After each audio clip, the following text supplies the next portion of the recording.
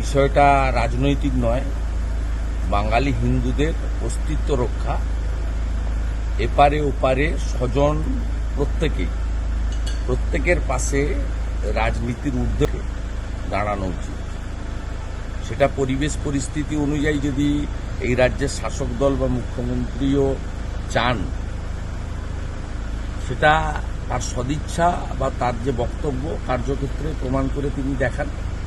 আমরা তো রাস্তায় নেমে এর প্রতিবাদ করছি।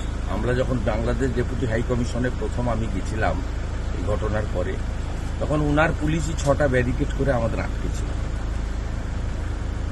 উনি যখন বাংলাদেশে কোটা বিরোধী আন্দোলনের উপরে তদানীন্তন প্রধানমন্ত্রী হাসিনা ওয়াজেদ বা তার সরকার দমনপীড়ন চালাচ্ছিলেন, তখন তিনি আহ্বান করেছিলেন যারা আক্রান্ত হবেন আসুন আমি তাদের শেল্টার করব।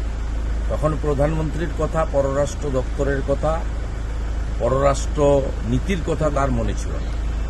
এখন যখন হিন্দুরা আক্রান্ত হচ্ছেন এবং বাংলা জুড়ে কেন গোটা পৃথিবী জুড়ে বাঙালি হিন্দু এবং সনাতনীরা রাস্তায় কার্যত নেমে পড়েছেন, ব্যাপক জনরোষের তৈরি হয়েছে, উনার দলের হিন্দু সমর্থকদের মধ্যেও ব্যাপক জনরোষ তৈরি হয়েছে বলে আমার মনে হয়, তখন তিনি প্রধানমন্ত্রীকে দায়িত্ব নিতে বলছেন।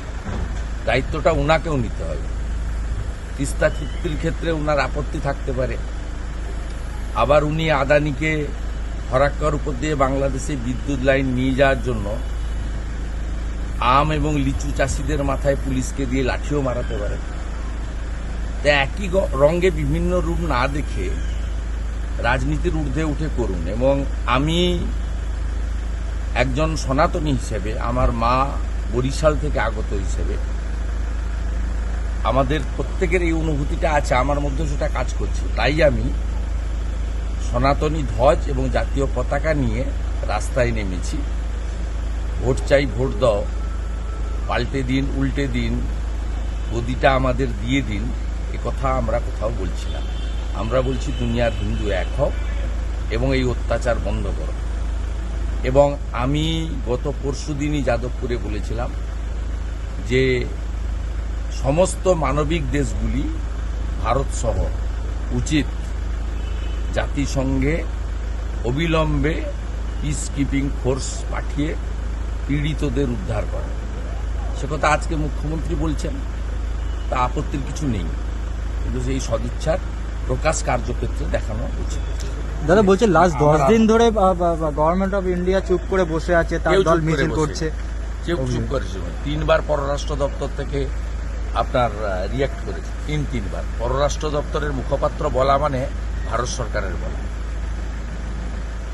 আর আমরা যে রাস্তায় নেমে প্রতিবাদ করছি, হেমন্ত বিশ্ব শর্মা করছে, ত্রিপুরার মানিক সাহারা করছে, আমরা সব বিজেপি ম্যান। আমাদের পার্টি এবং বিচার পরিবার সম্পূর্ণভাবে এর সঙ্গে আছে। আর আমরা যে আইডিওলজির উপর দাঁড়িয়ে ভারতীয় জনতা পার্টি করি, সেই রাষ্ট্রীয় স্বয়ংসেবক সংঘের পক্ষ থেকে প্রেস বিবৃতিও দেওয়া হয়েছে, প্রেস কনফারেন্সও করা হয়েছে। বিশ্বের সর্ববৃহৎ সামাজিক সংগঠন, যার বিচারধারা আদর্শের উপরে দাঁড়িয়ে ভারতীয় জনতা পার্টি মানব সেবার কাজ করে এবং রাষ্ট্রবাদকে সবচেয়ে বেশি গুরুত্ব দেয়।